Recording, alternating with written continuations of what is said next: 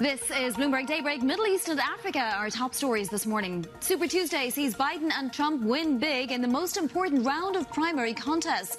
But Vermont is called for Nikki Haley. We'll bring you all the latest as the results come in. Stocks in Hong Kong rebound as markets look ahead to testimony from Fed Chair Jay Powell. Bitcoin gives investors vertigo, hitting an all-time high before plunging nearly $10,000 in just a few hours. Plus, China's bullish growth target leaves investors looking for more details.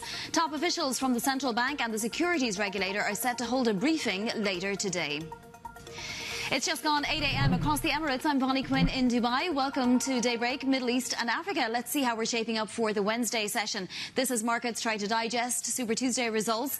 And, of course, the tech meltdown that we saw yesterday, which had the Nasdaq 100 down 1.8% in the session and the S&P 500 down 1%. Looks like we might be trying to reverse things, at least in the very, very early going here, with futures higher for the S&P and the Nasdaq.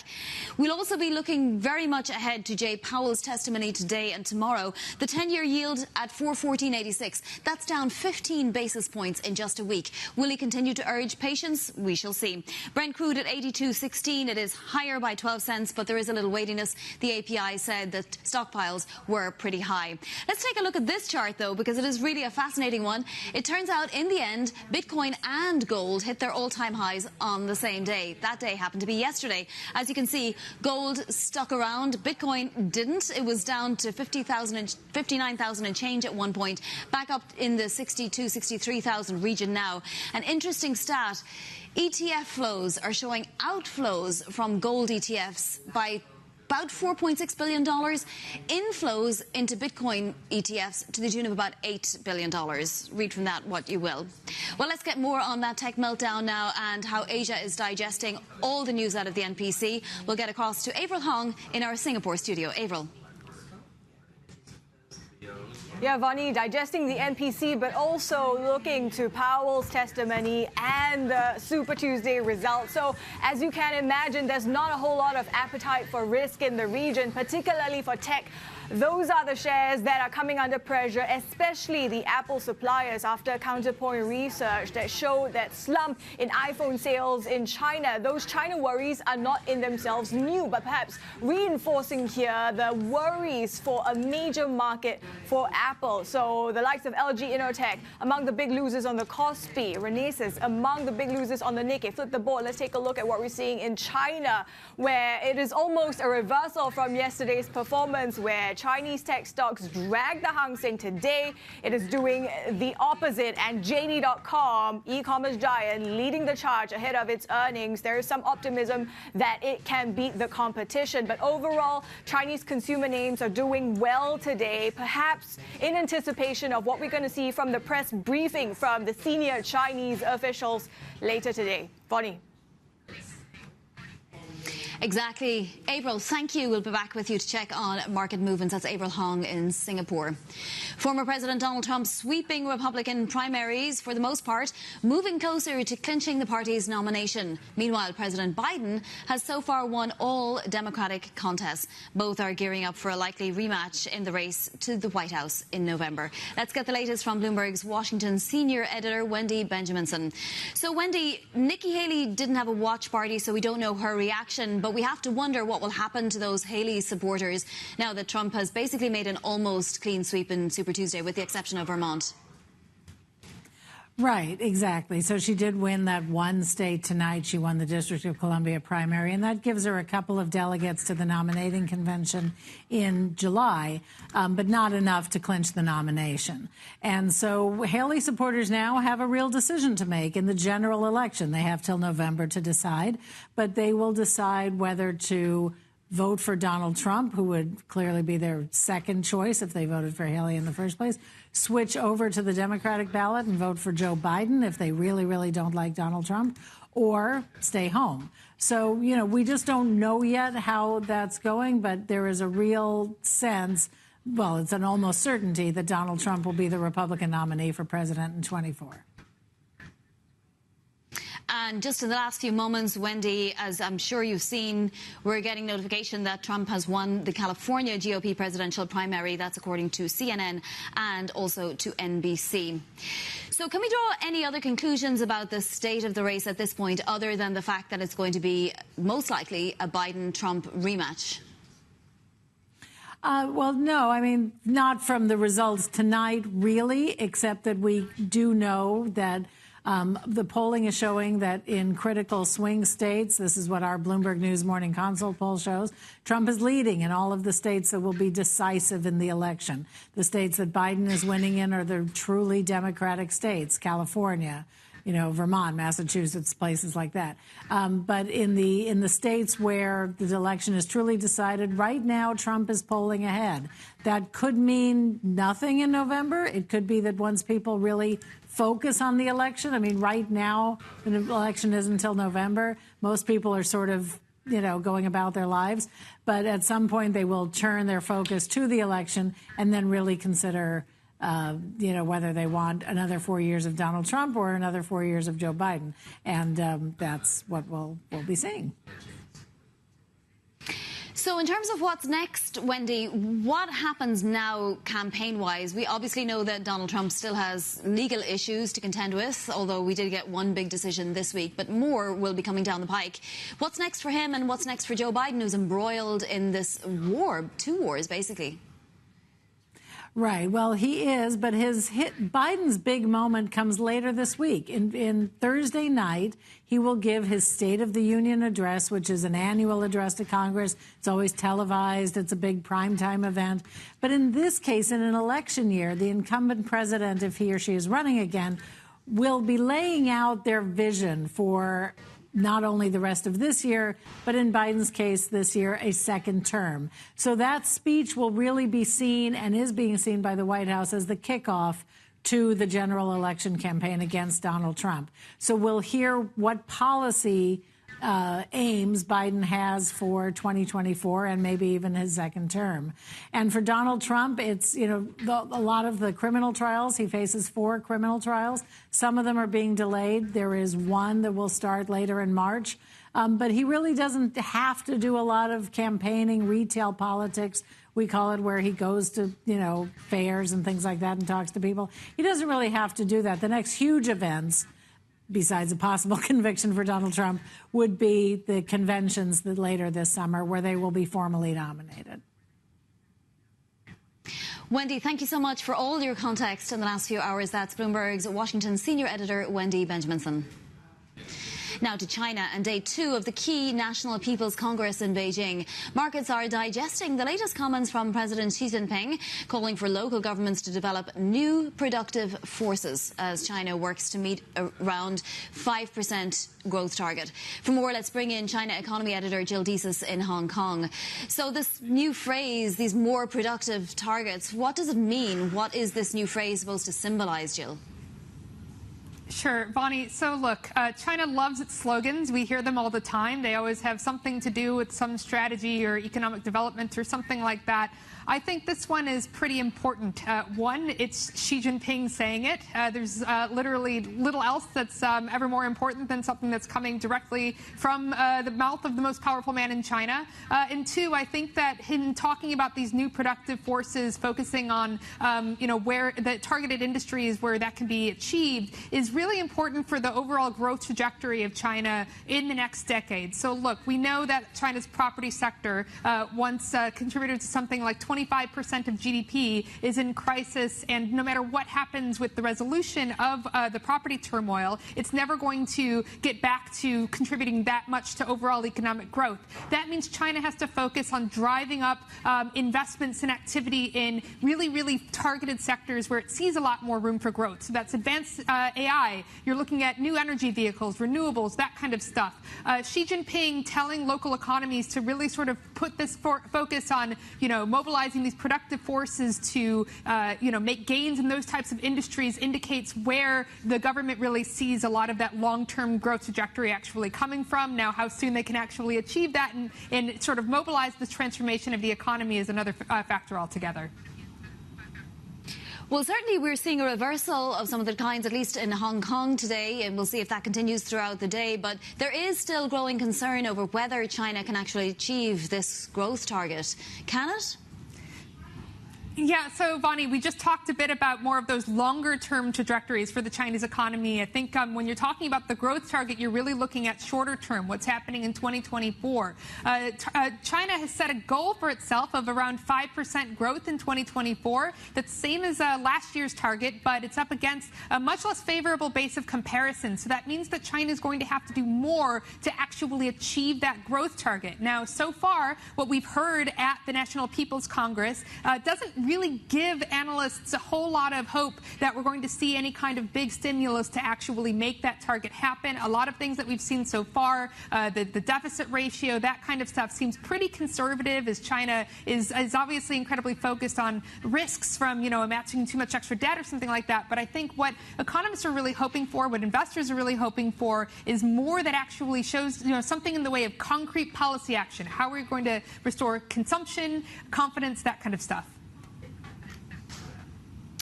So what are we watching out for next from the NPC, Jill?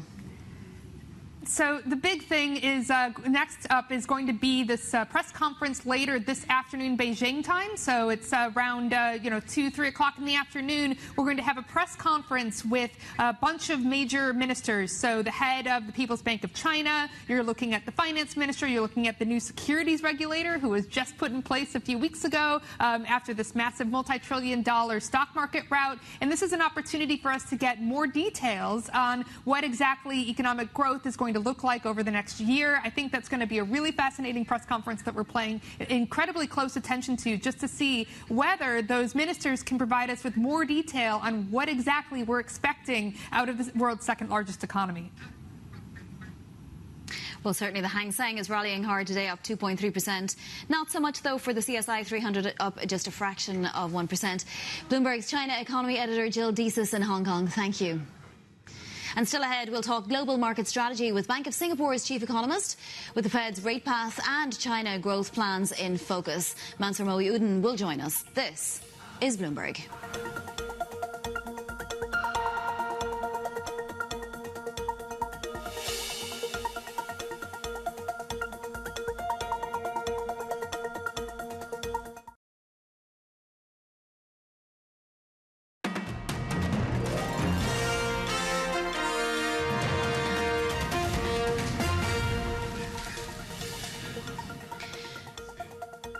Investors are awaiting a key news conference at China's policy meeting, and they're standing by as well for Fed Chair Jay Powell's congressional testimony.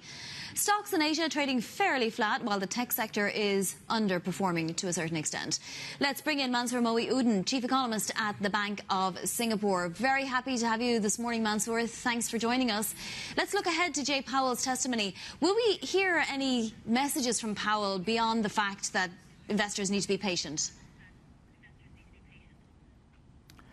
Hi, Vonnie. I think Powell's got to play it safe today. I do think that he will indicate the Fed still want to cut interest rates, but they're waiting for more evidence that the economy is slowing down, the labour market is easing, and inflationary pressures are coming down before the Fed will be willing to lower interest rates.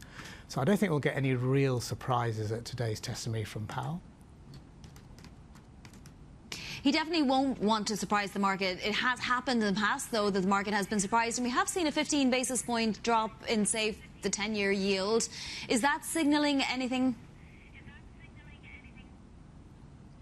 I think 10-year yields are moving partly because of developments we saw overnight in Europe. I don't think they're really moving yet on what Powell will say. As you say, though, he has surprised in the past, so if there's anything that can move the markets, it would be, I suspect, Powell reiterating confidence that the Fed do feel that they can cut interest rates, say, from Q2. If he gives a clearer signal, then yes, you'd see more moves lower in 10-year yields and bond yields across the board. So, Mansour, we obviously get another payrolls report Friday, which will be crucial, as is every data point these days. But at last look, services still were experiencing extremely high inflation. Core services in particular, that's not coming down. Do we need to see that coming down before the Fed will cut? Yeah, you're absolutely right. We do need to see core services coming down, not just in the US, but in Europe as well, before central banks there can cut. Then you say the payrolls number this week is going to be really important. January's was a real surprise. The payrolls numbers increased by over 350,000 jobs. Now, that's partly due to seasonals, but it still shows the strength of the US labour market. So Powell and the rest of the FMC will want to see the payroll numbers slow down. They'll want to see the core services numbers slow down as well. And that's why I think today he'll just be very patient, play a safe game and suggest, look, the risks are that they will get that slowdown, they will cut rates, but not just yet. So no signal yet for March or for May, more likely still June for the first rate cut. Let's move to China, because we're getting a growth target now of 5%. Is that over-optimistic, Mansour? No, I don't think it is. I think what they've done by setting the growth target the same as last year is to show some ambition, but also to signal that the authorities will undertake further easing. If you remember, last year's growth target of 5% was easier to achieve because the base in 2022 was so low.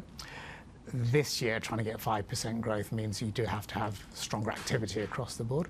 So I think it signals we will get further fiscal and monetary easing this year, plus more measures on the property market, which is really central for China's recovery.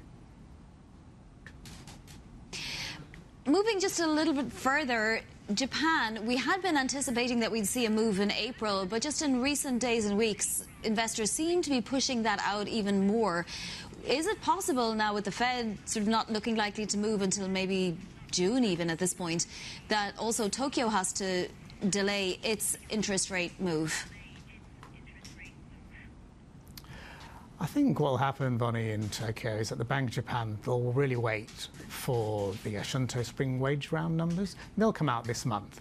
I think this month's BOJ meeting is too early still for the central bank to raise interest rates, but April really seems the right time to go ahead. If the spring wage round shows salary increases are again firm for the second year in a row, then policymakers will feel confident that inflation will settle around their 2% target. If they don't move in April, then the risks are they can keep on getting delayed further and further if there's, say, any external shocks or external adverse developments. So I think April really remains the time for the BOJ to move. If they go ahead, then the market's obviously looking to see whether they'll have a series of rate hikes or whether they'll just be one and done. And we're in the latter camp. We think it'll just be one BOJ rate hike this year. One and done. Well, right now we have the yen trading below 150 again, 149.95. I just want to ask you if there's any little pockets of currency movement out there that concern you, be it, you know, dollar or yen or even the yuan. Yeah, it's very interesting at the moment. The FX markets have been pretty range-bound over the last few weeks. They're looking for a catalyst to break out again. So it could be any changes by the Fed or the other central banks. Could be what's going on in the Middle East, clearly. I do think probably it's going to be the data itself. The US data in particular does finally slow down, then we're likely to see the dollar begin to moderate. That's why the payrolls number again on Friday is going to be really the key focus this week. We will be looking forward to that. DXY right now at 103.81. Mansour Moeudin, Chief Economist at the Bank of Singapore, thank you so much for joining us this morning. Plenty more is still ahead right here on Daybreak Middle East and Africa. This is Bloomberg.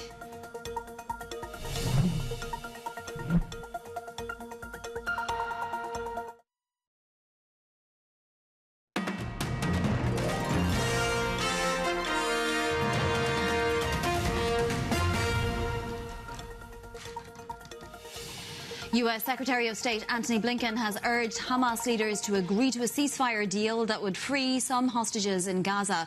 He's also calling on Israel to let in more humanitarian aid for increasingly desperate Palestinians. Blinken was speaking after meeting with Qatari Prime Minister Sheikh Mohammed Al Thani in Washington. Let's get more now from Bloomberg's Onur Ant. These aren't the official negotiations, Onur, but it's quite clear that there's more pressure coming from Washington these days. It wasn't just Al Thani. Other people were in the region as well. I'm thinking about Benny Gantz. Does this add to the negotiation sort of material? I think so. I think the pressure by the U.S. is sort of an attempt to mitigate the fallout from last week's incident near an aid convoy in Gaza, where dozens of people were killed. Joe Biden himself said that incident, the violence, could set back the ceasefire talks. So what we're seeing today now in Washington is that Blinken is, on the one hand, saying that the ball is in Hamas' court to release the hostages, agrees to the release of hostages to get the ceasefire talk revived again. And on the other hand, he also used the opportunity to press with the Qatari Prime Minister in DC to also say that more aid must come into Gaza as part of the deal, the talks for deal. So I think the overall Blinken's message has been to both sides that they should do more to breathe new life into ceasefire talks, which appears to have suffered from the violence near the air convoy in Gaza that left dozens of people dead last week. And not only there, but there's also trouble continually in the Red Sea. The US has shot down a Houthi anti-ship ballistic missile and also 3 one-way drone attacks. It's the latest and it's ongoing. Do we expect more, Onur? Yeah, the drone and missile attacks have been going on for months, as you know. I think the peak, in a way, in these attacks was the fact that the Ruby Mar, a vessel loaded with fertilizer and fuel oil that had been hit by Houthi missiles in February, took a while for the ship to fully sink, but it finally did a few days ago. And now the authorities are warning that this is the first time that Houthi attacks on a ship, resulting in the ship sinking, is making clear to everyone that there is also a great environmental risk in the Red Sea, not only risk to commercial shipping, because the area is known for is basically very vulnerable to crude oil or other forms of chemicals released from ships that can sink, just like the Ruby Mar did. And the latest attacks after the latest incident was the fact that two American ships were targeted, in response to which the U.S. Navy shot down an anti-ship ballistic missile by the Houthis yesterday. Yeah. Onur, thank you so much for all the context. We really appreciate it. That's Bloomberg's Onur Ant. Just want to break a couple of headlines out of Hong Kong. Hong Kong now saying that Telegram and Signal should both be prohibited in an Article 23 proposal. Once again, Hong Kong including Telegram and Signal bans in the Article 23 views summary. Now, these are views submitted by the public on Article 23 consultation. And again, they're saying that Telegram and Signal, which are, of course, apps that users can use to stay anonymous while communicating with each other, they're not quite as open as regular email or texting. Signal and Telegram should be prohibited in an Article 23 proposal. Do stay tuned. Plenty more ahead. This is Bloomberg Daybreak, Middle East and Africa.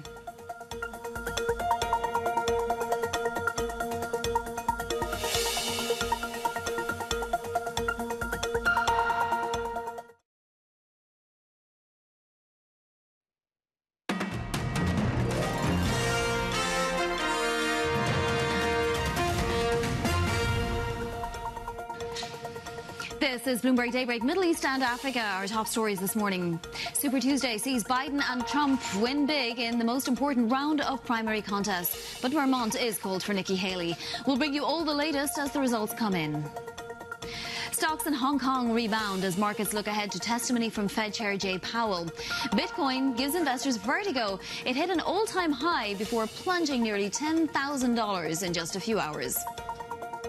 Plus, China's bullish growth target leaves investors looking for more details. Top officials from the central bank and the securities regulator are set to hold a briefing later today. 8:30 across the Emirates. I'm Vonnie Quinn in Dubai, and let's take a look at how we are shaping up for the Wednesday trading session. This after a down day for the S&P 500 yesterday, down by 1%. The Nasdaq 100 was down by 1.8%, a real meltdown in tech that we haven't seen for some time. Following the China news, lacking in detail perhaps, but we are seeing a rebound today, so not long-lived. Futures definitely pointed higher for the US session. Markets will be trying to digest the Super Tuesday results too, with Donald Trump having a near sweep on the Republican side. We're down 15 basis points in a week on the 10-year yield. We'll see if that changes after Fed Chair Jay Powell's first day of testimony later. Brent crude, even though we are awash in supply, according to the API, 82.18, and WTI also is still above $78 a barrel. Take a look at this chart. It neatly summarizes what's been happening with gold and Bitcoin. You wouldn't have thought they'd hit an all-time high on the same day, but they both did. As you can see, Bitcoin retreated, gold didn't. In the ETF world, we are seeing outflows from gold ETFs to the tune of about $4.6 billion, while we're seeing major inflows into Bitcoin ETFs. There, it's to the tune of about $8 billion. So the dynamics are really interesting. But let's check in on how markets in Asia are faring one day after we began to get a trickle of news out of the NPC. Avril Hong is in our Singapore studio. Avril. Yeah, Vonnie, I showed you earlier how Hang Seng Tech is recovering from yesterday, and key among those moves is what we're seeing in JD.com, the e-commerce giant surging by the most since December 2022 ahead of its earnings. Some of this might be short covering, but there also seems to be optimism that it can beat the competition because of its focus on value for money products. And if you take a look at what it's done in the past couple of quarters, is actually here in yellow, its revenue growth has been trailing the competition. White is Alibaba, and we have VIP Shop in orange. So that's something to keep in mind ahead of its earnings release. But flip the board, we also want to take a look at some of the other movers in the Asia Pacific. We're zeroing in on two of the shadow lenders in India, JM Financial, IIFL Finance, after India's regulator more or less tightened scrutiny on financial risks. And now they're saying these financial lenders, shadow banks, they cannot lend via shares or bonds. So there's an extension of the declines from yesterday. This stock already tanked 20% yesterday, piling on those losses today. JM Financial also in focus. This is a systemically important shadow bank that we've been watching as well. Vonnie? Yeah, what are we seeing in central bank expectations in the APAC region, Avril? Yeah, I think the G10s are in focus, and as we have swaps markets pricing in that April liftoff for the BOJ, we have the biggest Japanese lender saying that it is positioning for a March move from the central bank. Meantime, we had the chief economist of the RBNZ saying that if the Fed cuts, the RBNZ could ease sooner because that would lift the Kiwi, that would help inflation. That is helping the Kiwi bonds and the ones in Australia. Also supporting the case might be that GDP print that we saw for the last quarter of 2023, that was subdued growth. So this might also pile on pressure for the RBA to start its easing cycle. Vonnie? Absolutely. We will be watching for all of those moves. Avril, thank you. That's Avril Hong in our Singapore studio. Saudi Arabia seeking to attract as much as $80 billion in private investment to fuel tourism. The government's planning to spend around $800 billion over the next decade as it prepares for a post-oil future. Let's bring in Khatija Haq, chief economist and head of research at Emirates NBD, who says the kingdom's budget deficit will widen as investment spending continues. I think that's a given, but can it continue to spend at these levels? At what point does it need to rein itself in? I think we are already seeing some indications from ministers that they are relooking at some projects that perhaps haven't been announced yet or can be scaled back or delayed in some way. But I think there is a limit to what Saudi Arabia can cut in terms of its investment because they have got some pretty aggressive deliverables and they do need to host some big events. And they need to be ready for those events, which means infrastructure needs to be built and delivered by the end of the decade effectively. So I think we are still of the view that the investment in infrastructure and the giga projects will continue almost regardless of where the oil price is, even if it means that they've got to go out and borrow more in order to fund their budget deficit. And will they be able to do that pretty easily? I mean, we are looking at growth this year, which is better than last year, right? And the economic fundamentals seem okay. And tourism-wise, 100 million tourists in 2023, albeit mostly local. Yeah, I think the economy's held up very well against a backdrop of much higher interest rates. And we've seen that in the UAE as well. Very solid non-oil sector growth in 2023 in the region of 4 to 5%. We're expecting a similar level of non-oil sector growth this year in Saudi as well. And then, of course, as we see those rate cuts feeding through, hopefully in the second half of the year, that should provide some support and ease some of the financial strain, perhaps, on firms that want to borrow to invest in 2025. Saudi also very much wants to develop its debt capital markets, right? Would this be a way to do it, to issue bonds and have money raised that way even more? Yes, I mean, we've already seen them issue significant amounts, both in terms of the sovereign in January, and also the Public Investment Fund came to the market with both a conventional bond and a sukuk. So I do think that will continue. I think they may need to tap external capital markets again later this year, but they are also issuing domestically. Of course, most of those bonds are bought by local banks and held. They're not really traded a huge amount, but certainly they are looking to deepen local capital markets, and that's part of a push across the region, really. Yeah, for sure. And the more foreign investors that come in, you know, the better structured those markets will be. Can we move to Egypt? Because we have seen since the big announcement of the investment that, you know, 12-month forwards on the Egyptian pound have really come in, and we think we're around 52 now. We were down 47, 48 at one point. Are we out of the woods a little bit for the Egyptian pound, or does the devaluation need to happen as quickly as it might have needed to otherwise? Well, I think in the short term, clearly, there's a bit of space. So we have had some inflows last week already with the Ras Al Hikma purchase, and we are expecting to see more in a couple of months' time. Our view is that the government should really use this opportunity to move ahead with the devaluation, because they do now have foreign exchange reserves that they can use to kind of manage perhaps the demand side and provide that additional supply of dollars into the market. But we haven't yet seen an announcement of a devaluation, so we're waiting for that. We do think they will need to devalue at some point. They probably could wait a bit, but we would hope that they do it sooner rather than later. It's interesting, though, because this sort of did the first devaluation for them, right? As long as we hold at these levels, is there a possibility that we'll start creeping higher again? Yes, I think if the government doesn't actually, strike while the iron is hot, I think we will start to see those 12-month forwards pick up again. If they do a devaluation and are able to bring the parallel market and the official rate closer together, then I think that provides a bit of confidence to investors and, other parties as well. And hopefully that moves forward with the IMF deal, which again is potentially a significant source of support.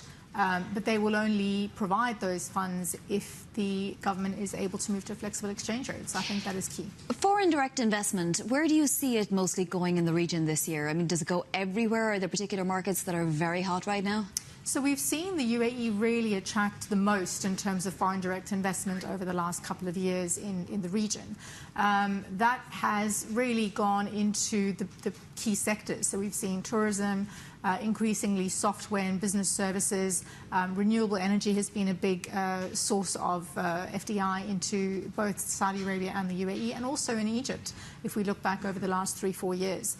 So we think, given the strong growth, given the amount of public sector investment that's going to be happening, particularly in the UAE and Saudi Arabia, we think there is going to be appetite and investment coming in to support those projects over the long term. Yeah, we're just taking a look at the last close for many of the regional markets, and it's really interesting. Some of them are shooting higher. I mean, the Tadawul just can't be stopped, right? And even Egypt's main index has risen something like 23% this year, so there's a lot of hope in the region, it would seem. Talk to us a little bit about Turkey. Having difficulty, obviously, with inflation. It could get up as high as 73%, according to Bloomberg Intelligence. Is that where you see it headed? We are of the view that inflation will slow. We will have the support of base effects to help bring it down in the second half of the year. We also have a central bank that is committed to bringing inflation down. We think they probably have done what they need to do in terms of rate hikes, but we certainly aren't looking for easing anytime soon on Turkey. But I think as long as they're able to push ahead with the fiscal policy reforms that they need to make, and the conventional monetary policy that they've been pursuing over the last year and a half, that should continue to see inflation trend lower. When, clients come and ask you for recommendations, I mean, it's not, your thing, you're head of research and chief economist, but, what is Emirates saying in terms of recommendations for this region? We are very positive on the UAE and Saudi Arabia, not just for 2024, but really over the medium term. We see it as a long-term growth story. There is a huge amount of structural reform which is happening in these economies, which we think is going to drive investment over the medium term. And we're very optimistic about the outlook for these economies and their diversification goals. And the push that they're making to really diversify, but not just onshore, but also their balance of payments. So we're looking at growth in services. We're looking at bringing in high-tech manufacturing and skills and investment from firms that can bring technology as well.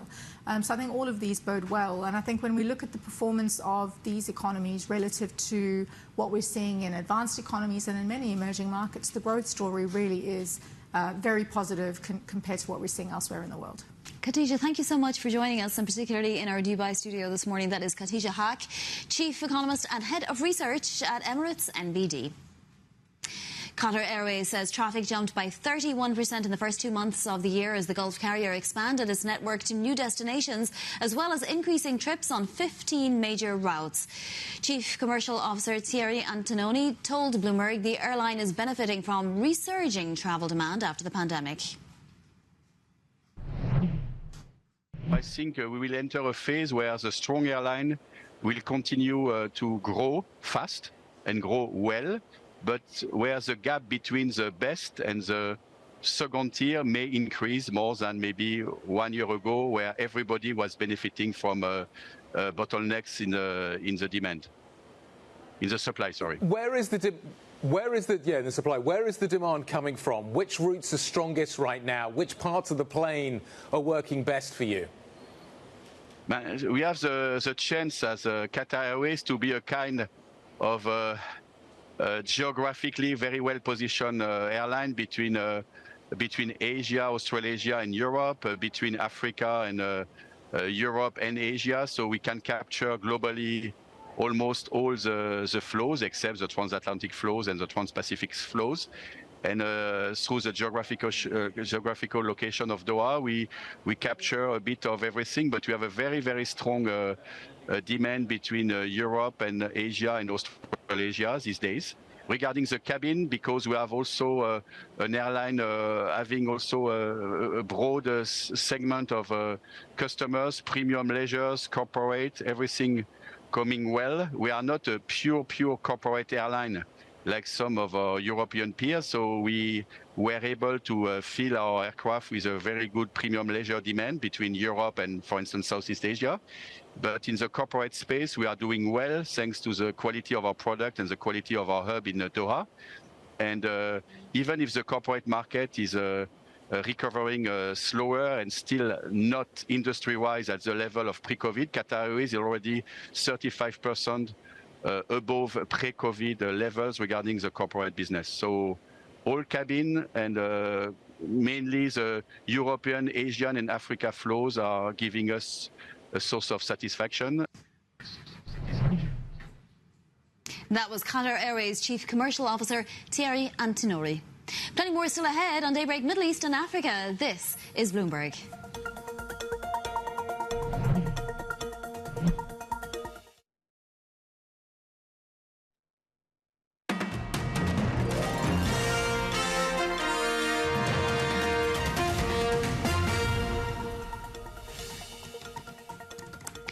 Let's get more now on the M&A deal between a French media giant and South Africa's biggest broadcaster. Vivendi's Canal Plus has boosted its bid for multi-choice by almost a fifth as it enters exclusive talks on acquiring control of the African broadcaster. Bloomberg's Ondiro Ogongo joins us now from Kigali. So Vivendi increases its offer. Why, Ondiro? I think the reason speaks for itself. They know the value that MultiChoice brings on the table, and a lot has happened ever since they made their first offer. We've seen MultiChoice shares increase by 52% since the 1st of February, and since Tuesday, when this new announcement was made, MultiChoice offers climbed by about 4.7%. Now, speaking on the matter, the CEO of Canal Plus and also the chairperson says that they have enough and valuable insights into MultiChoice, and that's why they've offered the new price of 125 rands per share, up from 105, bringing the company's total valuation to $2.9 billion. Now, conversations are ongoing with JP Morgan and Bank of America to draft a formal offer, and MultiChoice, on the other hand, is going to constitute an independent board to be able to make recommendations based off of this offer. What is the significance of this deal to Canal Plus? It opens them up to way more subscribers. Canal Plus has a subscriber base of 8 million across Francophone. MultiChoice, on the other hand, 23 million subscribers. So this buyout opens them up to over 50 African countries in the sub-Saharan region where MultiChoice operates. There are also other advantages. Take a look at MultiChoice streaming platform Showmax. It's leading in terms of subscription on the African continent, nearly 40%, with Netflix coming in second with 1.8 million subscribers, compared to Showmax, who have 2.1 million subscribers. And this growth did not happen in a vacuum. They've invested a lot in content. They've also partnered with Comcast, NBCU, Universal, and also Sky to bring live Premier League matches. So Vivendi is hoping that they can grow to about 50 million subscribers, and Canal Plus is hoping that soon they can become one of the top 5 streaming platforms in the world. Ondiro, thank you so much. A fascinating deal, which we will continue to follow. That is Bloomberg's Ondiro Oganga. Staying with South Africa now, the nation's economy escaped a technical recession in the fourth quarter, with GDP expanding 0.1% in the final 3 months of last year. Southern Africa's biggest economy benefited from fewer power cuts, which helped a rebound of energy-intensive industries, including mining. Growth for the full year came in at 0.6%. That compares with 1.9% growth in 2022. The economy's lackluster performance last year was partly caused by logistical challenges at a state-owned port and by rail operators that hit exports. Plenty more is still ahead. This is Bloomberg.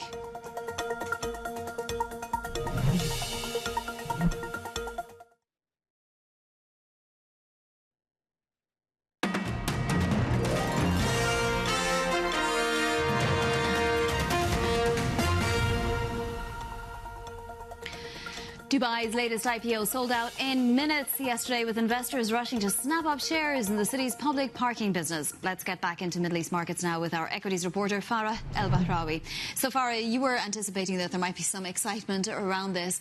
Within minutes, though, literally? Within minutes. As soon as the books opened, Bonnie, it was fully covered, basically. So much excitement for Dubai Parking. We were just talking about how busy the city is, and they expect the demand for parking to rise by 60% by 2033. So that's, a lot of demand and a lot of excitement on that front. And it is a play on Dubai's cyclicality, on its population growth. And we did see a lot of investors coming in on that front. Dubai government is selling a 25% stake in this company, and it will be the 6th one out of the 10 state companies that it has promised the market. Its price range is currently between 2 dirhams and 2.1 dirhams, potentially raising as much as $429 million.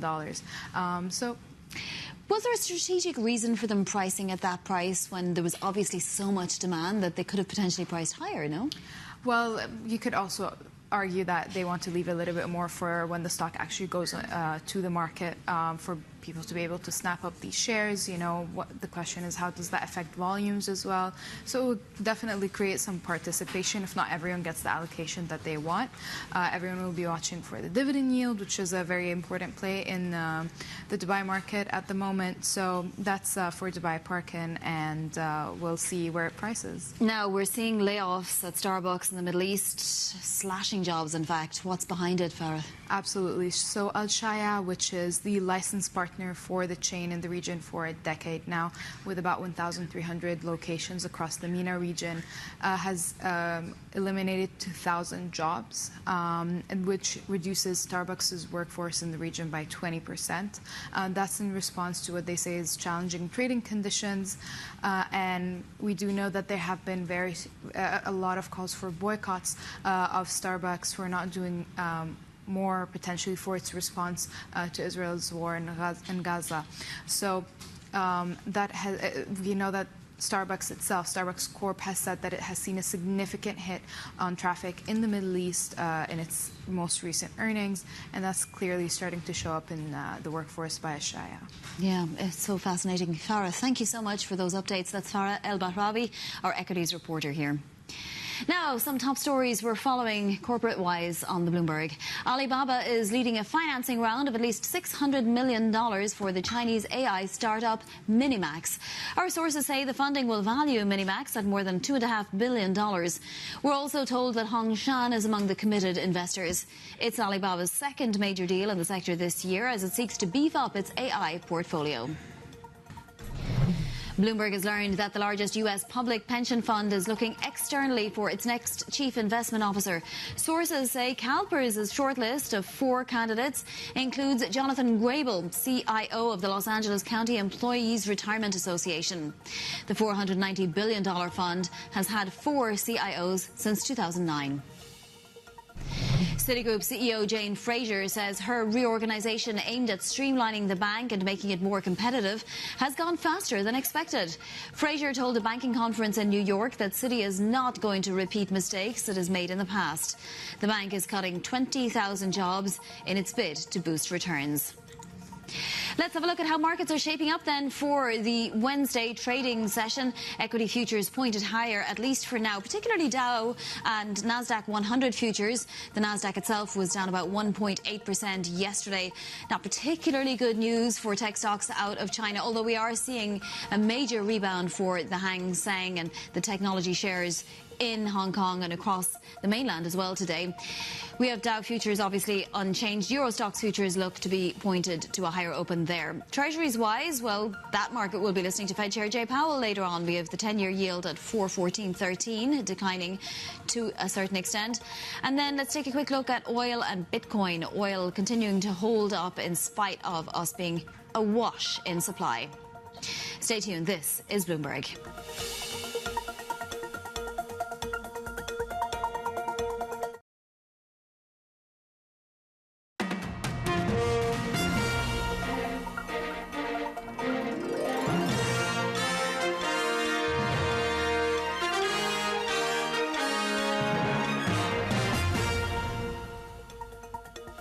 This is Bloomberg Daybreak Middle East and Africa. Our top stories this morning. Super Tuesday sees Biden and Trump win big in the most important round of primary contests, but Vermont is called for Nikki Haley. We'll bring you all the latest as the results come in. Stocks in Hong Kong rebound as markets look ahead to testimony from Fed Chair Jay Powell. Bitcoin, though, gives investors vertigo, hitting an all-time high before plunging nearly $10,000 in just a few hours. Plus, China's bullish growth target leaves investors looking for more details. Top officials from the central bank and the securities regulator are set to hold a briefing later today, and we'll be paying close attention to that. But it is just past 9 a.m. across the Emirates, 7 a.m. here in Johannesburg. I'm Jennifer Zabasaja. Nice to be with you this morning. A quick check on how markets are shaping up this morning for this Wednesday morning. It's been a busy day. Right now, we're seeing futures pointing slightly higher, as you can see right there. The S&P at 5,090, but that coming after a Tuesday where the S&P dropped about 1%. NASDAQ futures also suggesting potentially a rebound. But again, Tuesday was a difficult day for the NASDAQ after it saw its biggest drop in weeks as both Tesla and Apple fall. The 10-year right now looking at 41467. We saw a weaker ISM services index on Tuesday that sent yields down. As we mentioned, we're going to be hearing from Jay Powell later today. Question is whether or not that will have an an impact on the 10-year. And Brent crude hovering around $82 a barrel. That's steadying after dropping about 0.9% on Tuesday. We got a report on Tuesday that showed U.S. inventories are continuing to expand, potentially bringing again this issue about supply and demand back into the fore. And the big story, we mentioned this at the top of the show, both Bitcoin and gold reaching new highs on Tuesday, really having a super Tuesday. If you take a look at that, gold, if you look at this chart, maintaining that upside. Bitcoin, on the other hand, plunging after reaching its high. Still, of course, seeing a bit of upside, but clearly we're seeing a number of traders taking the opportunity to take a little bit of profit with these latest moves. So busy day. All right, let's get to markets in Asia and see how they're faring. Avril Hong is in our Singapore studio. Hey, Avril. Hey, Jen. Yeah, we're seeing a mixed bag in Asia-Pacific equities. The Nikkei, Kospi, they've been struggling a little today, but the Hang Seng is surging 2+%, helped along by gains in tech stocks. Key among them, JD.com, ahead of its earnings. There is some optimism that it's going to be able to beat the competition, but I think the primary focus for investors, a day after the NPC with the growth, the budget deficit target disappointed, will be the press briefing from senior officials, including the PBOC governor and the chiefs of the Commerce as well as Finance Ministry. Perhaps gives us some clues on how they intend to boost consumption, how they intend to bring in the private sector for that buzz phrase, new productive forces. We're also seeing bonds extending their rally. Now flip the board, because something else we've been seeing in China is that Hang Seng China, stock benchmark has been doing well, but margin trading has also been rebounding, and this could be a sign of risk sentiment returning to the markets. Potentially, what we saw yesterday was an overdoing of the selling. Jen. Avril, thanks so much for that update. We'll check in with you later today. Our other top story, former President Donald Trump is sweeping Republican primaries, moving closer to clinching the party's nomination. Former Governor of South Carolina, Nikki Haley, though, has scored her first primary victory in the state of Vermont. President Biden has so far won all Democratic contests. Let's get the latest from Bloomberg's U.S. government editor, John Harney, who I imagine has been up all night covering this. So, John, a bit of inevitability when it comes to these results. But how are you reading into this? What are the big takeaways from the night? Well, of course, Trump did very well. He needs 1,215 delegates to win. After tonight, he should have close to 1,100. So he does not yet have the nomination, but he almost certainly will by the middle of the month, or at the latest by March 19th, when big states like Ohio and Illinois vote. So, yeah, it was a major triumph for him tonight. And now it's pretty much on to the general election, although Nikki Haley has yet to lead the race. Yeah, and let's just stick on that, John, because we are looking at pictures of Nikki Haley and Donald Trump. And really the big question was, does Nikki Haley stay in this past Super Tuesday? Considering what we did see on Tuesday, I mean, where does this leave her? Well, of course, as you pointed out, she won Vermont. She won the District of Columbia primary here last weekend. So, she hasn't been completely shut out, but, it's a case of diminishing returns. She, once Donald Trump gets 1,215 delegates, it's over. So she did not drop out tonight, as some had speculated, but her campaign does not have much further to go. And John, when we think about what will likely be the matchup that we're going to see in a few months' time, I mean, what is it that voters are going to be voting on? Is it going to be domestic issues? We heard Donald Trump talking about inflation and the economy last night. Is it going to be foreign policy in terms of what's happening in the Middle East? I mean, what is it that you think voters are really going to hone in on? Well, of course, it's difficult to predict. I mean, like 2 years ago, I don't think anyone thought that Russia, or certainly more than 2 years ago, I don't think anybody thought Russia would invade Ukraine. It's going to be, the economy is going to be a big factor, of course. Yes, immigration has become an enormous issue that weighs on the minds of voters. So, and then of course there are Donald Trump's trials coming up.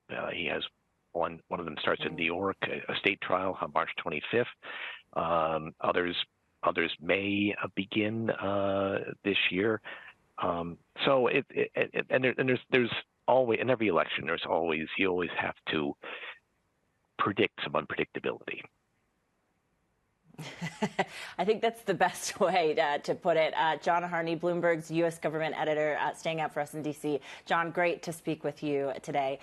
Now on to China, and day 2 of the key National People's Congress gathering well underway in Beijing. Markets are digesting the latest comments from President Xi Jinping, calling for local governments to develop, quote, new productive forces as China works to meet its 5% growth target. For more, let's bring in our Asia government and economy correspondent, Rebecca Chung-Wilkins. So, Rebecca, I heard Averill earlier calling this the buzzword. I mean, what are you making of these comments here from President Xi?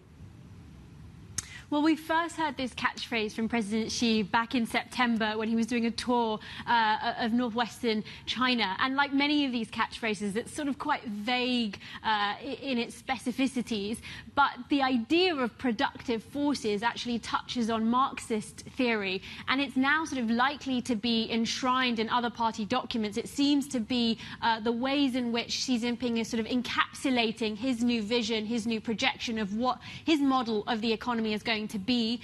State media has sort of tried to provide some kind of clarity over what it can mean. They haven't done much. They've said it can refer to everything from tourism to the so-called 3 forces, that's EVs, batteries and renewables. So we're really waiting to see what new meat sort of is put on the bone when it comes to specifically what this means. But I think we can expect to hear much more from it. And the People's Daily, in fact, has put it today on their list of buzzwords.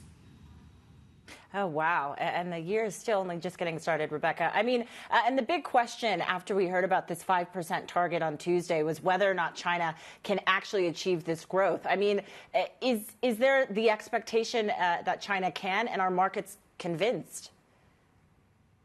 Yeah, I think investors by and large have been pretty underwhelmed. And part of that is the lack of clarity over precisely how we get to that 5% target, particularly because China so far has said the fiscal deficit is going to be 3%, implying not that much debt. So really how we get from there to 5% is going to be a heavy lift, and in fact a much heavier lift than last year, where we were coming off a very low base because of COVID and lockdowns that were still sort of across China. This year it's going to be tough, and I think the lack of clarity, and particularly the absence of a briefing that we usually expect from the Premier that comes at the NPC, which may have provided a bit more clarity over, or sort of a bit more confidence too, to investors over precisely what the plan was. The absence of that, I think, has sort of reinforced these concerns about precisely the nature of Beijing's plan to get to that very ambitious target.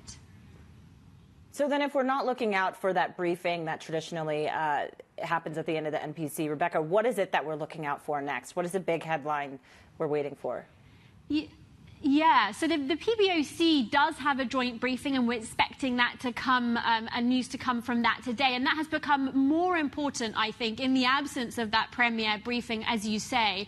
A couple of things to watch from that. I mean, Governor Pan Gongsheng tends to be quite newsy in these briefings. For example, he introduced news about the RRR cut in his January briefing. So investors will be looking, I think, closely at him to see what precisely he says.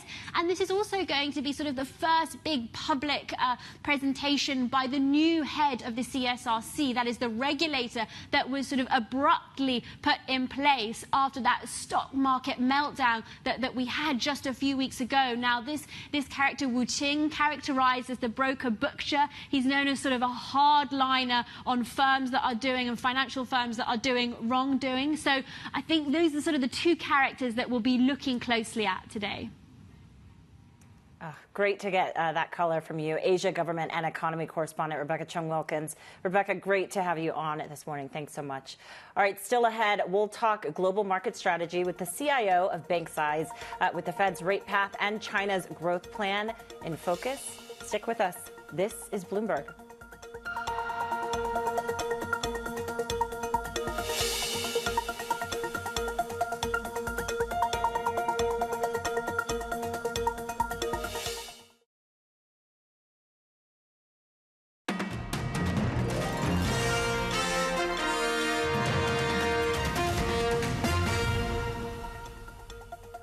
SLB's CEO says that he's not surprised to see the oil industry consolidating. He told Bloomberg's Alex Steele his energy sector outlook at Bloomberg's NEF Annual Barrel of Tomorrow Forum in Houston. Take a listen. Middle East is at a record high level of investment, combined with the oil capacity expansion in Saudi, but in other countries, UAE, Kuwait, and development of Iraq or Libya, further expansion. Secondly, in the entire Middle East region, gas is becoming a critical strategic priority. And both conventional gas, like Qatar is developing for LNG export, or unconventional and conventional gas for local consumption or for replacement of oil production. Well, if Saudi Aramco, though, stays conservative, like, does it start to bite in, like, 2025, 2026? No, I don't think they are conservative. I was there for a week, 3 weeks ago, and the activity is as high as we has ever been and I've ever seen in the Middle East, and particularly in Saudi. It's stretched. It's very, very strong. It's a record high land activity, record high offshore activity. This extension that was supposed to happen is at the moment suspended, delayed, could come back, as it could provide another 1 million barrel addition from offshore. We happen to be very well exposed and very long on onshore exposure because of our integrated contract. We happen to be also extremely well exposed to gas in Saudi. So for us, is minimum or immaterial impact for this year for sure, and for the foreseeable future. We see growth this year, very significant growth in all or almost all the countries in the Middle East. We anticipate this activity momentum to continue into next year, and this change of 2 projects that have been postponed, that has been cancelled, that do not represent more than 1% of the total upstream spend per year, is not changing our strategy, is not changing the game, is not changing what is the largest and biggest investment cycle in Middle East. And that is very good perspective to keep in that when we hear these headlines that they cross. So just to wrap up, speaking of Saudi Arabia, we just saw OPEC Plus continue the extension of their cuts. Is 80 a floor, a top? Like, how do you see the oil market? Where's the band? The band has been, I think, OPEC has been willing to set the floor at 80 or more. The oil price has stayed between 75 and 85. We anticipate this market to stay stretched, because OPEC will continue to use OPEC Plus, continue to use their opportunity to adjust to the market demand supply equation. As you can see, the maturity of the US market starting to go towards production plateau will create more pull on international liquid demand. Gas activity internationally continue to expand due to gas security. So this combination will continue to push and support activity outlook.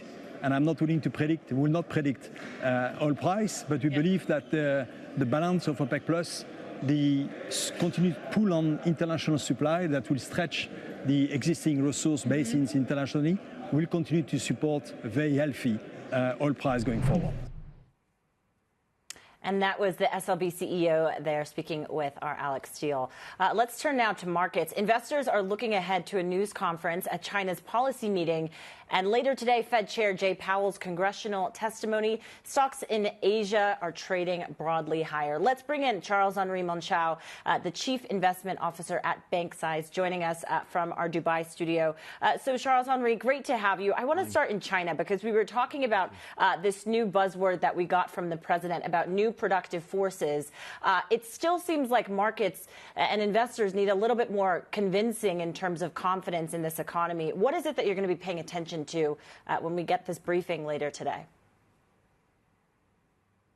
Well, looking at what we heard, since the start of the week, there was no, let's say, big news coming. So we heard about fiscal forward guidance, but nothing on household consumption and also real estate market. So anything which is bringing positive surprises on these two, so household consumption and real estate, could be a good news for the market. But for the rest, it seems that we'll be able to get this 5% GDP growth this year, but that is not allaying, market concerns. So I'm afraid that despite the fact that, yes, sentiment is oversold, valuations are quite attractive, we still don't get the kind of stimulus that the market is waiting for. What does that mean then for equities? I mean, is the expectation that they'll hold where they are, or could we potentially see more downside if we don't get some of those details? Well, we know there is a national team which is making sure that we don't, let's say, drop much further. But I'm afraid that for the time being, when it comes to foreign flows, we are still not there yet. It could be, let's say, a short-term tactical call, but on all sides, we continue to avoid this part of global markets. There are other, let's say, interesting markets to play with an emerging market, and this is one, so China equities, that we still avoid. And I know Japan is one of those interesting markets that you and your team are looking to. Is that correct? Yeah, that's correct. We've been positioned on Japan for quite some time now. The rally has been quite interesting, but when you look at valuations and when you look at the catalyst, we believe that there is still some upside on these markets. So that's the one we are looking at in Asia. India, Indonesia are also very interesting markets, but for the time being, we are avoiding China. Let's talk U.S., Charles-Henri, because we are, as we mentioned, still seeing some upside, although we saw some downside in terms of tech dragging down the NASDAQ on Tuesday.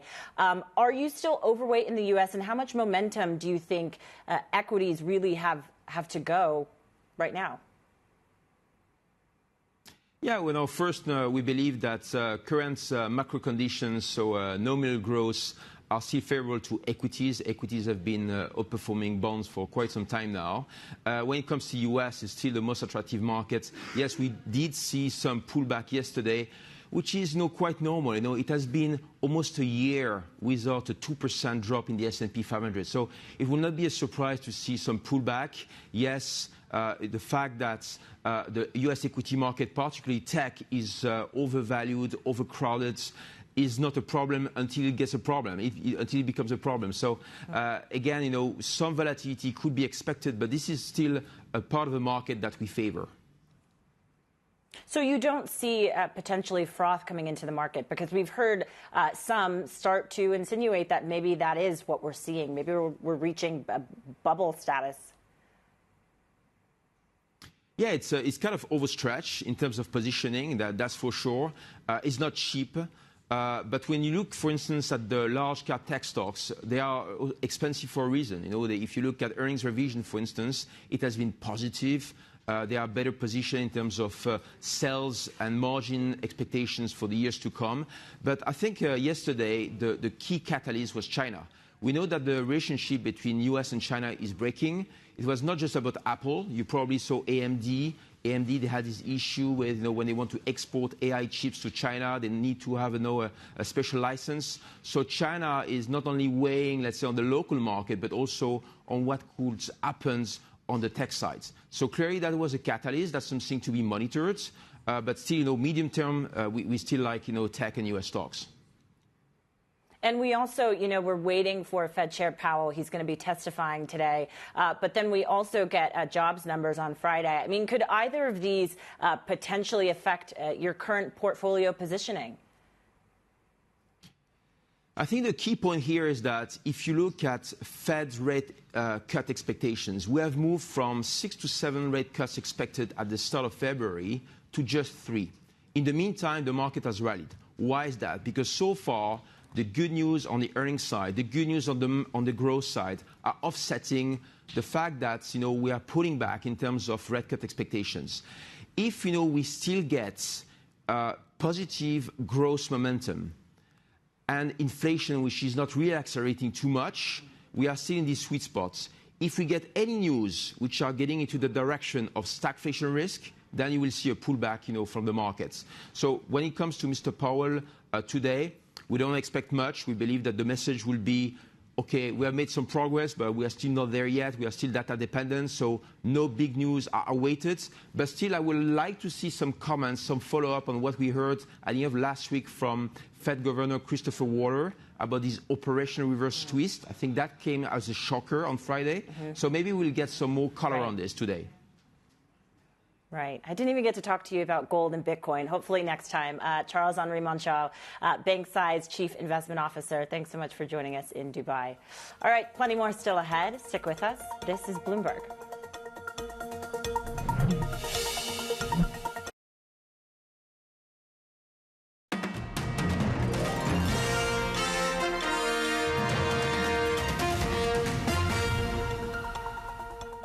Let's take a quick check on markets before we take you to our next block. This is a look at Middle East markets right now and where they closed last. What we see a bit of downside for some of the Middle East markets, but the Tadao saw some upside. They're closing at about 0.3% up. Let's take a look at more broadly where futures are pointing right now, because Tuesday was a difficult session for a number of the indices. The S&P dropped on Tuesday. The Nasdaq also dropped, with Tesla and Apple really leading the declines, but potentially a rebound we're looking at today. Euro Stock 50 futures also seeing some upside. All right, stick with us. This is Bloomberg.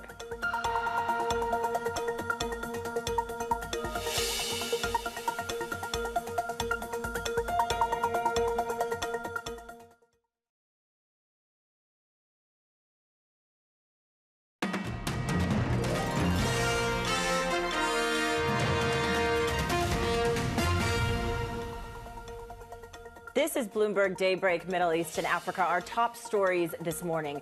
Super Tuesday sees Biden and Trump win big in the most important round of primary contests, but Vermont is called for Nikki Haley. We'll bring you all the latest as the results come in.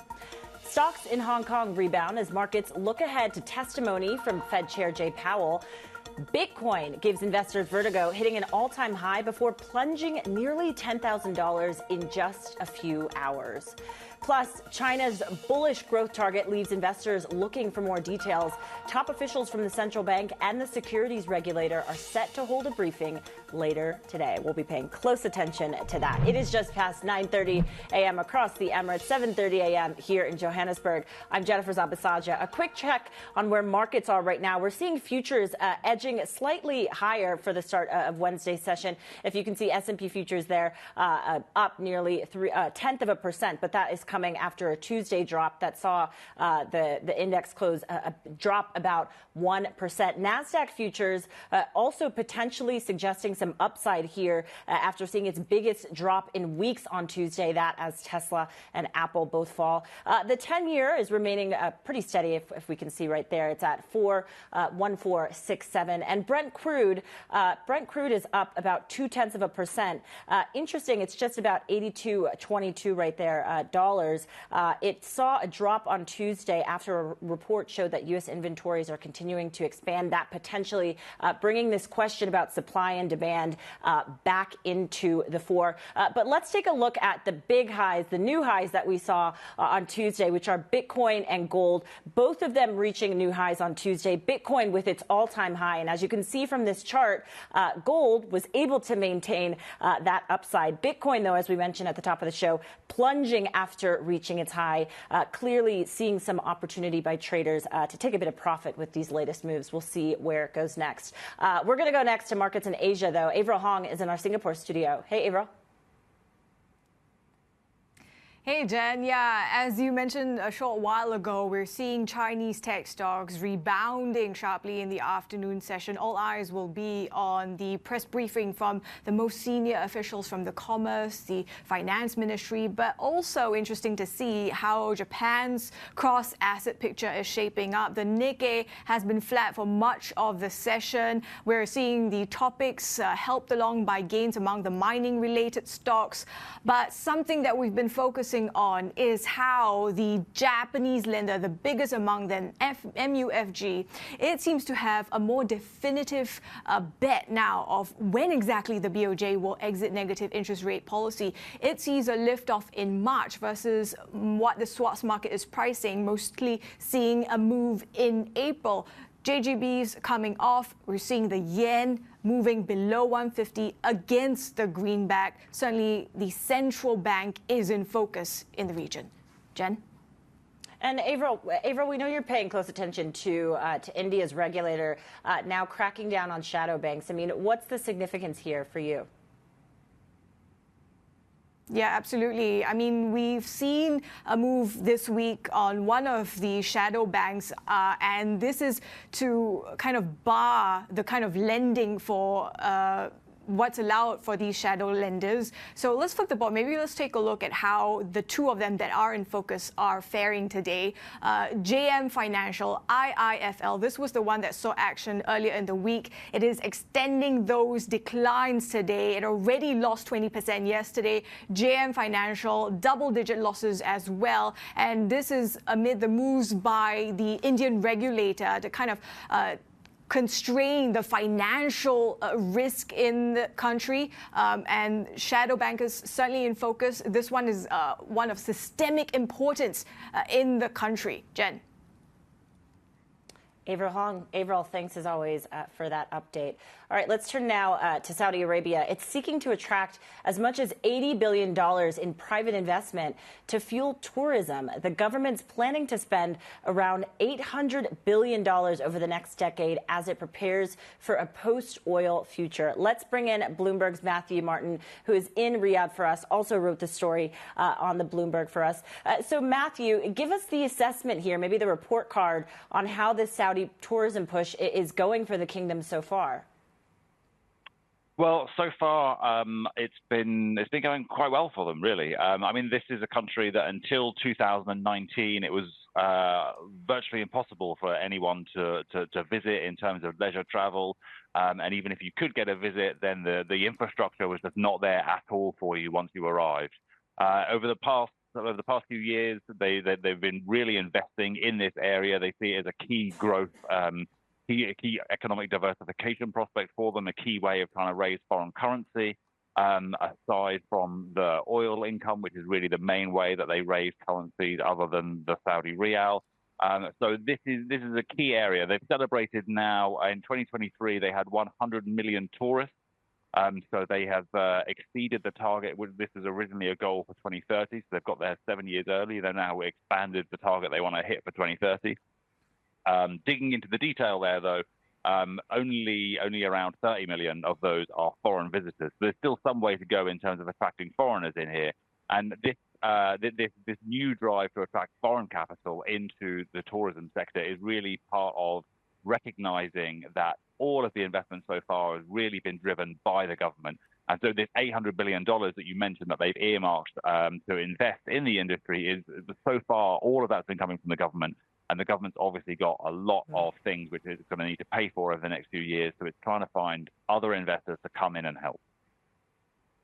And we know that it's so critical to the kingdom's Vision 2030 that they've talked so much about. I mean, who are these foreign investors that they're looking to tap? I mean, are there countries already sort of lining up to be a part of this private capital that the kingdom needs? Well, this is going to be interesting to see how this develops, because so far, as we were saying, most of the investment is being done by the government. The big hotel chains, all the big brands are all coming here and running hotels. But for the large part, they're coming in and running hotels that have been built for them, and they're really just coming in as operators.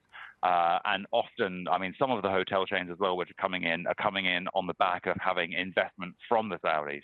So a lot of this is sort of, there's not a lot of risk that these chains are coming in. So I think it's going to be tough to see until you really start to see these hotels getting filled up, that foreign investors are going to want to come in and take a bit of risk on the occupancy rates that you're going to see here. There's still a huge amount to be done in terms of getting this country ready and to the standard where it's going to be able to attract foreign investors and foreign tourists as well. So in the short term, I think it will be quite tough to see foreign investors coming in, but if they continue with the sort of growth rates and hotel occupancies that you've seen around some of these resorts are developing, then it will probably start to look a bit more attractive. It's a fascinating story and very ambitious. Bloomberg's Matthew Martin, the reporter there. Thanks, Matthew, so much joining us from Riyadh. Let's stick in the region. Qatar Airways says traffic jumped by 31% in the first 2 months of the year as the Gulf carrier expanded its network to new destinations, as well as increasing trips on 15 major routes. Chief Commercial Officer Thierry Antiori told Bloomberg the airline is benefiting from resurging travel demand after the pandemic. I think we will enter a phase where the strong airline will continue to grow fast and grow well, but where the gap between the best and the second tier may increase more than maybe 1 year ago, where everybody was benefiting from bottlenecks in the demand, in the supply. Sorry. Where is the supply? Where is the demand coming from? Which routes are strongest right now? Which parts of the plane are working best for you? We have the chance as Qatar Airways to be a kind of geographically very well positioned airline between Asia, Australasia, and Europe, between Africa and Europe and Asia, so we can capture globally almost all the flows except the transatlantic flows and the trans-Pacific flows. And through the geographical location of Doha, we capture a bit of everything, but we have a very, very strong demand between Europe and Asia and Australasia these days. Regarding the cabin, because we have also an airline having also a broad segment of customers, premium leisures, corporate, everything coming well. We are not a pure corporate airline like some of our European peers, so we were able to fill our aircraft with a very good premium leisure demand between Europe and, for instance, Southeast Asia. But in the corporate space, we are doing well thanks to the quality of our product and the quality of our hub in Doha. And even if the corporate market is recovering slower and still not industry-wise at the level of pre-COVID, Qatar Airways is already 35% above pre-COVID levels regarding the corporate business. So all cabin and mainly the European, Asian, and Africa flows are giving us a source of satisfaction. That was Qatar Airways Chief Commercial Officer Thierry Antiori there speaking with our Guy Johnson. Let's stick again in the region. Dubai's latest IPO sold out in minutes yesterday, with investors rushing to snap up shares in the city's public parking business. Let's bring in Middle East markets reporter Farah Al-Bahrawi, who is joining us from Dubai. So Farah, you always have excitement around a new IPO. Talk to us about this one and really what happened on Tuesday. Absolutely, Jen. I mean, it's no surprise, massive demand for this listing, covered within minutes of the book's opening. So a lot of excitement for Parkin, as the public parking business is known. And Dubai Investment Fund is selling a 25% stake in this company with a price range of 2 to 2.1 dirhams. So they will raise about 430 million dirhams, or up to that much from this listing. There has been massive demand for Dubai government listings, and just not that, but in Abu Dhabi and Saudi Arabia, as the markets grow and as the governments sell down stakes in many of their companies. And Parkin specifically said that demand for parking will grow by 60% through 2033. So it's really a play on Dubai's cyclicality, on Dubai's population growth, and that's perhaps what's caused a bit of the excitement. It's also potentially going to attract some dividend yield players. So we'll see where that price is and how that will look like, and especially with the opens, because if not everyone gets the allocation that they want, potentially they might look into the secondary market. Wow, it'll be interesting to see how that plays out. Farah, we also know you're tracking this story about Starbucks slashing jobs in the Middle East. What's behind this? Is it still the Middle East crisis that's sort of fueling what's happening within the company? Effectively, that's what's happening. So Al-Shaya, which is the licensed partner for Starbucks for over the past decade in Middle East and North Africa, with 1,300 locations in the region, cut 2,000 jobs, reducing the workforce in Starbucks by 20%. That's amidst a tough economic climate, challenging trading conditions, as well as ongoing boycotts by consumers that are sort of opposing the way Starbucks has responded to Israel's war in Gaza.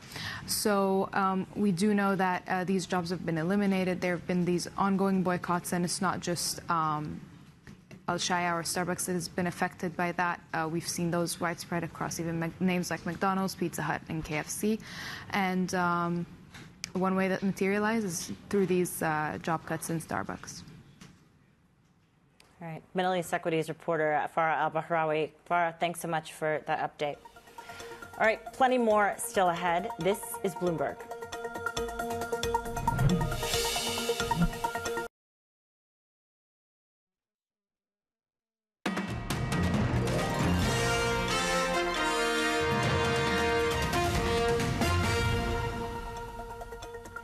All right, let's stick in the region here in Africa and get more on an M&A deal between a French media giant and South Africa's biggest broadcaster. Vivendi's Canal Plus has boosted its bid for MultiChoice by almost a fifth as it enters exclusive talks on acquiring control of the African broadcaster. Let's bring in Bloomberg's Ndiro Oganga, who's joining us now from Kigali. So, Ndiro, why exactly did Vivendi increase its offer? Talk to us about the backstory here. I think they truly understand the value of MultiChoice and the impact that it will have on their company once they acquire them. Since the bid was made, we've seen MultiChoice offers rise by 52%. And we've also seen their share prices rise by 4.7% since Tuesday when the announcement was made. Speaking on the matter, the CEO of Canal Plus, who's also the chairman, says they have valuable insights on the value and the real prices of shares of MultiChoice, and so that's why they increased the offer that they were making from 105 francs per share to 125, bringing the company's total valuation to $2.9 billion. Now, since this announcement was made, Canal will be working with JP Morgan and also Bank of America to draft a formal offer. They're also very keen on still listing on the JSE. On the other hand, MultiChoice is going to form an independent board to consider this offer and issue recommendations. And Ndiro, I mean, I don't think we can understate how significant MultiChoice really is to the continent. When it comes to the significance of Canal Plus now trying to make this deal happen, can you just outline really why it's so important and could be pretty instrumental? It opens them up to the rest of the continent. Canal Plus has subscriber base of 8 million concentrated in Francophone. On the other hand, MultiChoice brings on board 23 million. So this buyout opens them up to access to 50 sub-Saharan countries with which MultiChoice operates in. There are also other advantages because if we take a look at Showmax, which is their streaming platforms, they have a commanding lead on streaming on the continent with nearly 40% subscriber base at 2.1 million subscribers compared to Netflix at 1.8. And all this did not happen in a vacuum. MultiChoice has invested heavily in content. They've partnered with Comcast, NBC Universal, and also Sky to revamp their streaming, introducing new products like live Premier League matches. And so Vivendi is hoping that by acquiring MultiChoice, they'll grow their subscriber base to nearly 50 million, a very ambitious target. But also Canal Plus is hoping that they can become one of the top 5 global streaming platforms. Yeah, it ups the ante in terms of streaming wars on the continent. Bloomberg's Ndiro Oganga. Ndiro, thanks so much for that update. And let's stick here in South Africa. The nation's economy escaped a technical recession in the fourth quarter, with GDP expanding 0.1% in the final 3 months of last year. Southern Africa's biggest economy benefited from fewer power cuts, which helped a rebound of energy-intensive industries, including mining. Growth for the full year came in at 0.6%, compared with 1.9% in 2022. The economy's lackluster performance last year was partly caused caused by logistical challenges at a state-owned port and rail operator that hit its exports. All right, plenty more still ahead. This is Bloomberg.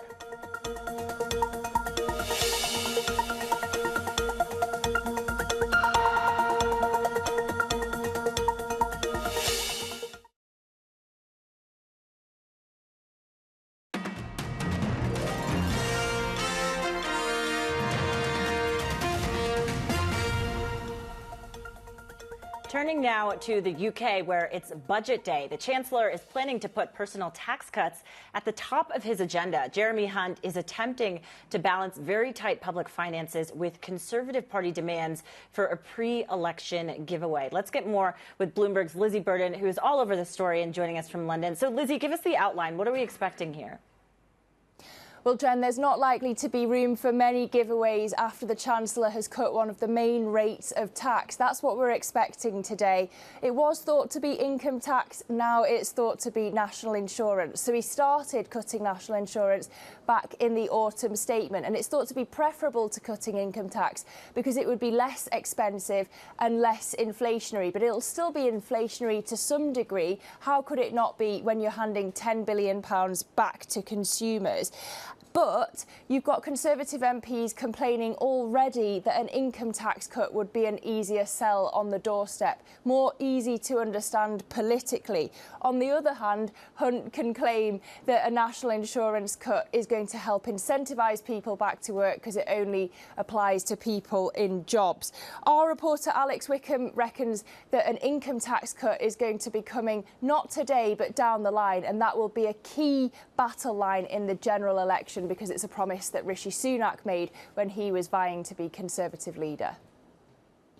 And then, Lizzie, I mean, how worried then, we're looking at the Chancellor right now, some video of the Chancellor. I mean, how worried does he need to be then about potentially bond vigilantes coming in here? I think any Chancellor in the aftermath of Liz Truss is worried about the bond vigilantes, Jen. My nerves haven't recovered from Liz Truss's mini budget, and nor have many British people's mortgages. So they lie as a spectre over any fiscal event in the UK. But the reality is it's likely that the markets will be pretty relaxed about this fiscal statement as long as Jeremy Hunt does the dance, that he nods to fiscal prudence, as long as he allows the Office for Budget Responsibility to mark his homework, because in the past they have forgiven a little fudge here and there, a bit of fiscal fiction, like, for example, the fact that the temporary fuel duty freeze has been temporary since 2011. But if you do get a big reaction in the bond market, you'll know that Jeremy Hunt has done something particularly egregious, and of course it would lift the cost of borrowing for the government. And Lizzie, you're perfectly positioned to do this interview with Jeremy Hunt later today, just considering what you have gone through and what you just outlined there. I mean, what is at the top of your list in terms of what you want to hear from the Chancellor? There are a couple of things, Jen. I want to know whether he is being fiscally responsible, because that's the question for those bond vigilantes. Do his sums really add up? And is he just doing all of this tax cutting to win voters, or is it economically responsible? Finally, is it economically responsible? Is it politically responsible? Does he really think that all of these measures are going to win him and the Prime Minister, Rishi Sunak, the election this year? Fascinating. Can't wait for that conversation. Bloomberg's Lizzie Burden in London for us. Lizzie, thanks so much for joining us this morning. All right, let's take a quick check on markets before we let you go, starting with Bitcoin, because we've been talking about the swings that we've been seeing from Bitcoin. Now at 65,870. What we mentioned to you yesterday, it saw an all-time high on Tuesday, but then retreated back, looking like it's gaining a bit of steam there. We'll see how much legs an upside there has for the cryptocurrency there. Let's take a look at where futures are as well, because the markets are digesting a lot of news right now. Of course, there's what's coming out of China, but also later today, we're waiting to hear from Fed Chair Jerome Powell. On Tuesday, it was a difficult day for U.S. equities. S&P futures, though, pointing to the upside potentially for the Wednesday session. NASDAQ futures also seeing a bit of a rebound after seeing its biggest drop in weeks on Tesla and both Apple still dropping. Eurostock 50 futures also potentially looking at some upside, up about 0.1%. We'll see whether or not that actually materializes. And maybe a quick check on Brent crude before we go, if we have time. Not sure. Brent crude, there we go. 82.30, a bit of upside for Brent crude there. All right, stick with us. Bloomberg Daybreak Europe is up next. This is Bloomberg.